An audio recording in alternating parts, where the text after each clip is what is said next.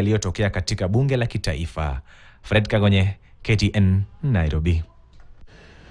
Mbunge wa Kibwezi Magharibi Mwengi Mutusi amepuuzilia mbali pendekezo la kuvunja hazina ya ustawi wa maeneo bunge NGCDF, akisema hatua hiyo italirudisha taifa nyuma kimaendeleo. Akizungumza katika wadi ya Nguu Masumba katika eneo bunge lake wakati wa kutoa basari ya shilingi milioni 75 kwa wanafunzi wa shule za upili na vyuo, Mwengi amesema kunafaa kuwekwa mikakati ya kuongeza fedha nyingine zaidi katika maeneo ya mashinani badala ya kupunguza fedha zilizopo, kwani Wakenya wengi waliko katika maeneo ya mashinani wanahitaji maendeleo zaidi.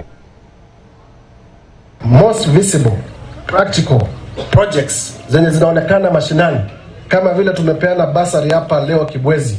Project nyingi ni zile zinafanywa chini ya miradi ya National Government Constituency Development Fund. Kweli si kweli? Kwa hivyo nataka tusisumbuane akili. Tumuulize aliyekuwa Prime Minister wetu wa kitambo Raila Odinga, tunakuheshimu.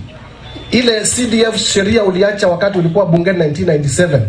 Wakati ulikuwa bungeni 203, ile sheria ilikuwa ya CDF, tumeshaibadilisha, sio ile ilikuwa kitambo. Kwa hivyo nataka niwaulize, tujue kwamba Kenya ishabadilika. Hata tunataka hii pesa ingine hata iende hata MCA kukuwe na pesa katika ward, na ingine iende chini zaidi, si pesa irudi na Nairobi.